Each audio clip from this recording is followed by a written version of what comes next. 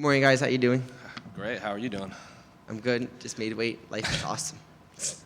Well, obviously, it's been a big, like a lot of fans have been very excited for this partnership with you and UFC Fight Pass. But I guess, how's it been for you? Because obviously we knew you in one championship and everything. You've done media there, you've done press conferences there, but to do it like stateside in what many consider the fight capital of the world and the biggest combat sports promotion, just how's life been since the announcement to like now? Oh my God. So yeah, the first thing I'll say is I'm very used to doing media and stuff in Asia, right? But being home doing it in America, it's been surreal. It's been so cool interacting with Americans now. And I live in Vegas, so this is like 10 minutes from my house. So it's really an awesome experience. But also, again, to grow my brand now in the U.S., it's been incredible. I'm so blessed for this opportunity. What's the biggest difference doing media here and over in Singapore? I think very similar. I just think that American culture is a little different than Asia. It's just, but I feel like I'm my authentic self with Asia or America. I don't really care who I'm being interviewed. I just stay who I am. So I maybe say more hell yeah when I'm getting interviewed by Americans, but that's pretty much the difference. And, there are people that they only watch the UFC. They don't watch One, they don't watch Ryzen, they don't watch Bellator. They only watch UFC and sometimes only pay-per-view. So I guess, did you notice that fans were aware of you in America when they signed? Did you feel excitement from the fans, or were they just like, I don't know who this is, and it was just another signing that the UFC announced? Yeah, so that's a crazy thing. When I signed with UFC, I was in New York City at the Madison Square Garden event, and when I was walking to my hotel, I got bombarded by fans. I think I was outside for like over 2 hours taking pictures, and they were all so excited that now I'm with the UFC. So I feel like it was almost like American culture, like the Americans are like happy now that I'm with the American company, right? But yeah, UFC is the biggest company in the world, and I'm beyond grateful now that I could be a part of the UFC. But for grappling, like we could start a new part of our sport of grappling with the UFC, the biggest platform in the world.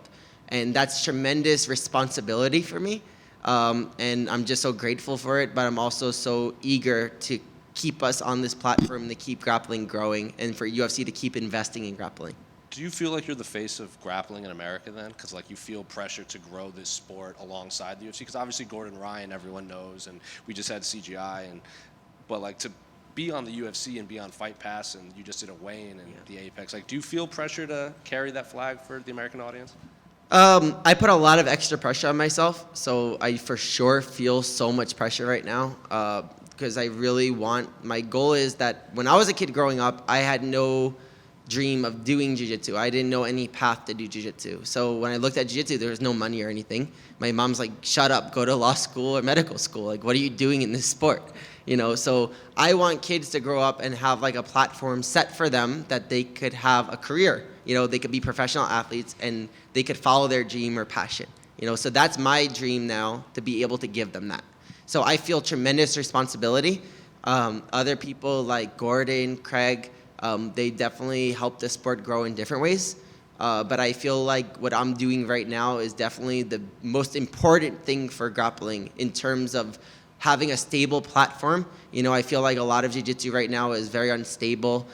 There's a lot of horrible ethics, morals, and I hope now that with UFC we could change that and we can make it a professional sport, because it hasn't been a professional sport, jiu-jitsu, with people just talking about like they blatantly use PEDs like they're not athletes, so they really don't have the values of martial artists, so I really just want to change that and give us this platform on UFC and become professionals. And just last one for me, because when you're tied to the UFC, everyone's going to ask you, when are you going to make your MMA debut and everything? Yeah. But you did an interview where you said you want to grow this sport first before you want to make the sport. So is there an end goal in growing jiu-jitsu? Is like, what in your mind is like, we've done it? Is that, do you have that envision? Is it an arena? Is it like multiple pay-per-views? Like, what is your end goal? Yeah, so I definitely have interest in doing MMA. I was doing Muay Thai this morning. Like, I do Muay Thai all the time. It's super fun for me. Like, I've done Muay Thai the same amount of years as Jiu-Jitsu as a kid. I started with Muay Thai and Jiu-Jitsu.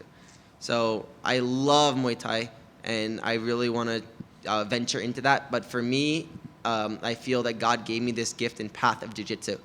And I need to first grow us in UFC to the point where we are professional athletes. What does that look like to me? That looks like we have belts. We have everything just like MMA fighters. Drug testing and belts and stability. Yes, drug testing. We need drug testing. Completely make Darwinism with the people on steroids that they either have to just get off and they either die, adapt, or they adapt. And then the next generation realizes that they can't just start steroids when they're like 10 years old. So I want to change that. That will give me the most fulfillment. And then for myself, and I'll really enjoy venturing into other things, but I don't know how long that will take, but I just have to give my full effort right now to jiu-jitsu. I keep improving every day, and I'm just eager to keep improving and to keep growing our sport. Have you told the UFC of like these goals you want to do, and have they been on board with the drug testing and the belts and everything? Of course they are, because they want to make this professional also, like UFC is a professional company. Like this way that we've been in jiu-jitsu, we've been amateurs, we really are just like in this barbaric amateur phase of jiu-jitsu. And now UFC is starting something professional, so I'm so blessed for them for putting the effort into jiu-jitsu to change it, and I'm so eager for them to do that. Mike, you're over here to your left. To your left, right here. Oh. Right here. How's it going? Apparently, I don't know what my left is. Sorry. I know a lot of fans in the grappling world are really excited for that match between you and Cade Ruotolo that was supposed to take place. Is that something you still would like to get back one day further down the line, whether it's under any other tournament or something like that? Yeah, definitely. I was really confident with the match with Cade, and I was really pissed off that it didn't happen. I thought it was really unfair of him for accepting the match a month before CGI. Considering how tough of a tournament that was for him and how much that's going to destroy his body. It wasn't really a good play for him to choose to fight me like 3 weeks after, like a month after.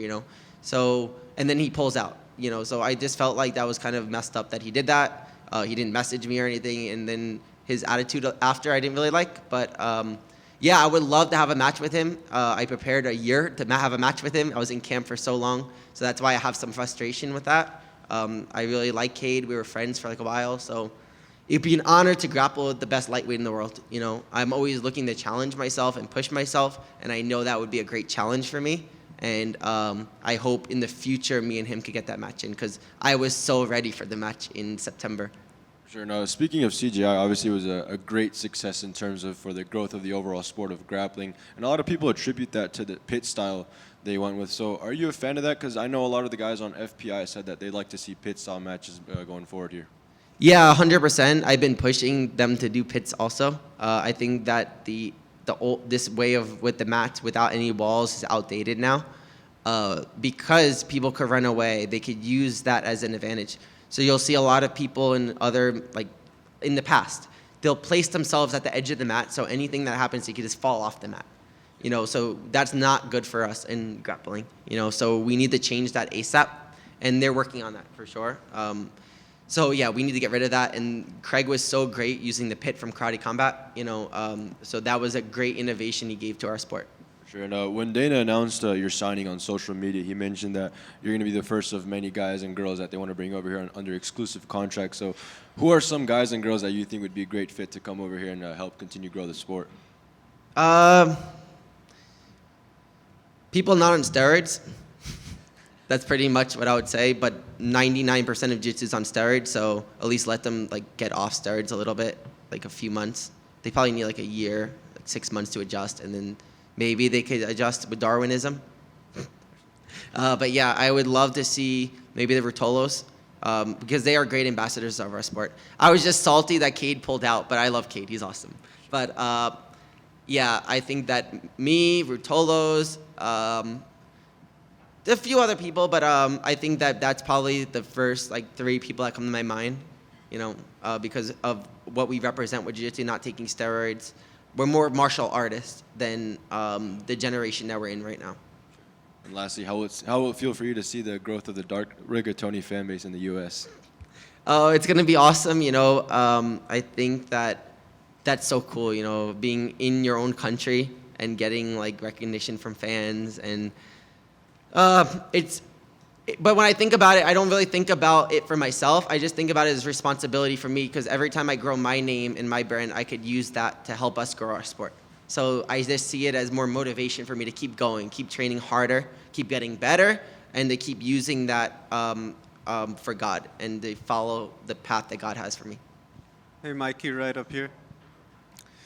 Mikey, this year, obviously personally for you, it's huge, but in general with jiu-jitsu, I mean, you've got more tournaments, more big events, more money, more showcases. And once upon a time, like you brought it up, there just wasn't a big future, like to have a career. You know, you own a school or maybe you go into MMA, but just strictly jiu-jitsu, the big future wasn't there. Can you describe just how big this year has been for the sport in general around the world? Yeah, so definitely. Jiu-jitsu, again, like we just said before, the tournaments you made zero money from.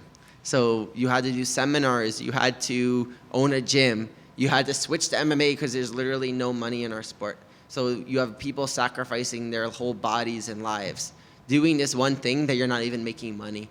You know, it's kind of sad to think about, right? So this year now with like the CGI, with the $1 million tournament, with one championship even making it more professional, with how everything is growing with professional grappling. It's been growing, it's been skyrocketing, you know?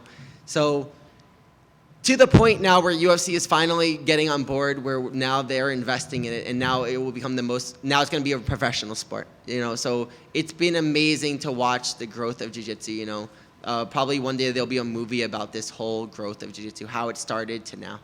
I know fans really love that you're a proponent of, hey, you know, the whole aspect of jiu-jitsu is the smaller athlete can defeat a bigger one. And talking about, you know, dealing with guys who do PEDs, do you have a worst, like, hey, my opponent is juiced up and just having to deal with that in a competition when you're out on the mat? What is your question? Sorry. I guess having to deal with, you know. Oh, how to deal with them? Or yeah, like, is it or frustrating? your worst story that you've ever had to deal with, like, man, this guy's juiced up and it's just unfair. My whole life. I'll start a match with the people on steroids and I'll be like, what the fuck? He feels like a rock. Like their bodies just feel like super solid, right? But then I think about Dan Gable. You know, he's like one of my idols, and he talks about those people that cheat and take shortcuts. And I never cheated or took a shortcut, so I have a stronger mind than all those people. So I knew that if I used my mind against theirs, my mind is always going to be stronger than theirs, you know? So I always overcame those people my whole career in jiu-jitsu, and it made it even more special to me knowing that those people are all cheating. But at the same time, I can't stay quiet about that, you know, because if I stay quiet about that, then it's just going to continue. It's just going to continue. So I feel like that's a test from God to me that I see bad, and do I stay quiet just to have more friends in my life? Or do I speak up, have more enemies, more people hating me, but I can make a difference? So that's why I talk about this. That's why I say this. Thank you. Mikey, you've been very outspoken about mental health and well-being. What message do you have to young men that are like struggling to speak out? Yeah, so when I speak about mental health, it's not about myself speaking about mental health, you know? I don't want people to think I'm just complaining, I'm whining. Why I speak about mental health is when I compete, I don't show you guys perfection. I show you guys what I'm struggling with, the obstacles I have in my life. Because everyone's battling their own obstacles in their life, you know? So I feel like this false life that we live on social media where everyone's just trying to look how happy they are, how amazing their lives are, I think that it's so fake, and that makes even people feel even darker. So when I talk about depression, my obstacles, I want to show everyone that I'm battling things every day, and not more than anyone else. Everyone's battling their things in their life, but I just want to show that I'm battling them and I'm still out there competing. And you could overcome everything that you have in your life as an obstacle. So that's why I speak out about it, and that's why I want to help others speak out about it. And us sharing our experiences and our pains and our obstacles that we're going through, we can all help each other overcome them. I see it like God gave me these obstacles, and I'm strong enough to overcome them. Now it's up to me to share my obstacles with others to give them the strength to overcome them. You know, so that's why I do that. Oh, thank you. Thank you so much, guys. Have a great day.